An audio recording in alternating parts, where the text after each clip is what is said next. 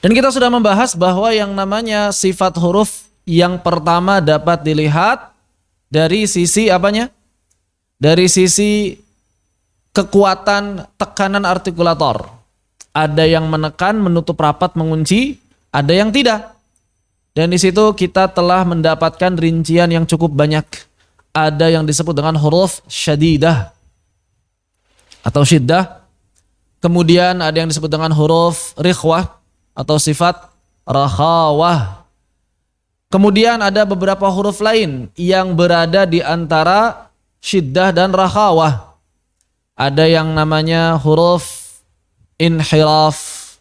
Dia menutup rapat, terkunci makhrajnya, akan tetapi keluar dari sisi yang lain.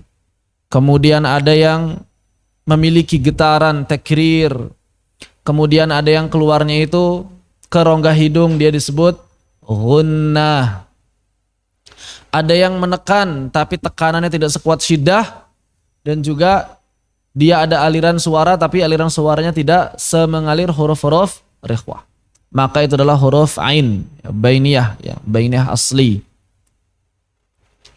Demikian pula sifat dapat dilihat dari pita suara. Apakah huruf tersebut ketika diucapkan bergetar atau huruf tersebut ketika diucapkan tidak sambil menggetarkan pita suara kita.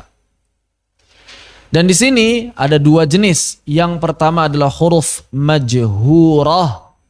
Huruf-huruf yang ketika diucapkan menggetarkan pita suara. Bahasa Indonesianya huruf konsonan bersuara. Adapun yang kedua adalah huruf mahmusah, yaitu huruf-huruf yang ketika diucapkan tidak menggetarkan pita suara karena pita suara terbuka. Karena pita suara terbuka lebar.